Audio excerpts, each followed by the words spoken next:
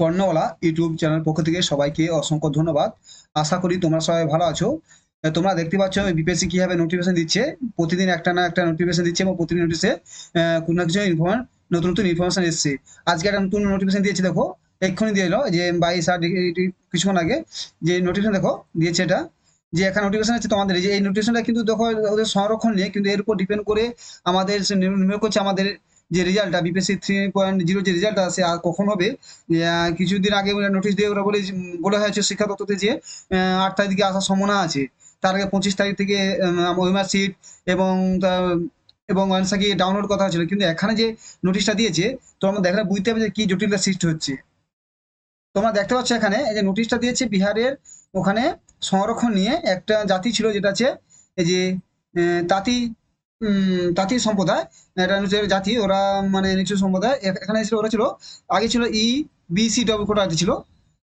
ওরা কোটাতে বিসি মানে economic backward class ছিল, কিন্তু ওরা করে কোর্টে গিয়ে সেখান থেকে আবার এসসি কোটায় এসে গেছে বিপিএসসি থ্রিতে।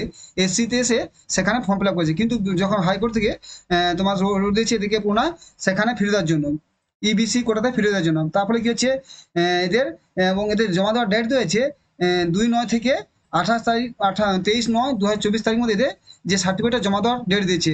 তার মানে এটা বোঝাচ্ছে যে এদের এই কোটা যারা যে ফর্ম ফিল আপ করেছে তাদের যতক্ষণ এই সার্টিফিকেট 23 জমা পড়ে তার আগে কিন্তু এসে রেজাল্ট আসার কোনো সম্ভাবনা কম। কেন, রেজাল্ট তো কোনো পার্টিকুলার একটা একবার দেবে না, সমস্ত দেখে সমস্ত সংরক্ষণকে দেখে তার উপর তাদের সিট বিশ্লেষণ করে তবে রেজাল্ট হবে। তার মানে এখানে বোঝা যাচ্ছে রেজাল্ট আসার সম্ভাবনাটাও দেরি হতে পারে।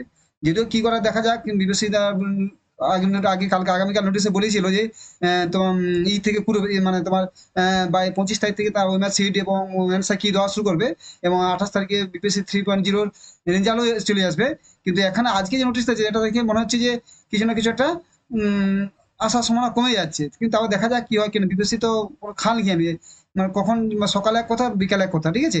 কোনো মানে নোটিশ কোনো ঠিক নেই নোটিশে পরিবর্তন। সকালে যা নোটিশ দিচ্ছে বিকালে অন্য একটা নোটিশ বলে এই নোটিশটা দেখো মানে আছে, এই নোটিশটা মানে এটাই বুঝাচ্ছে যে রেজাল্ট এখন 23 সেপ্টেম্বরের 9 তারিখে সেপ্টেম্বর 23 তারিখে আগে বেরোবে।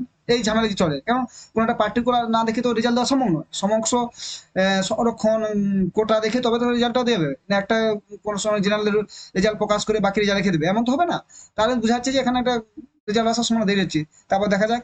আশা করি তোমরা ভালো থেকো এবং ভালো করে পড়াশোনা করো এবং ভালো চ্যানেলটা সাবস্ক্রাইব করে দিও।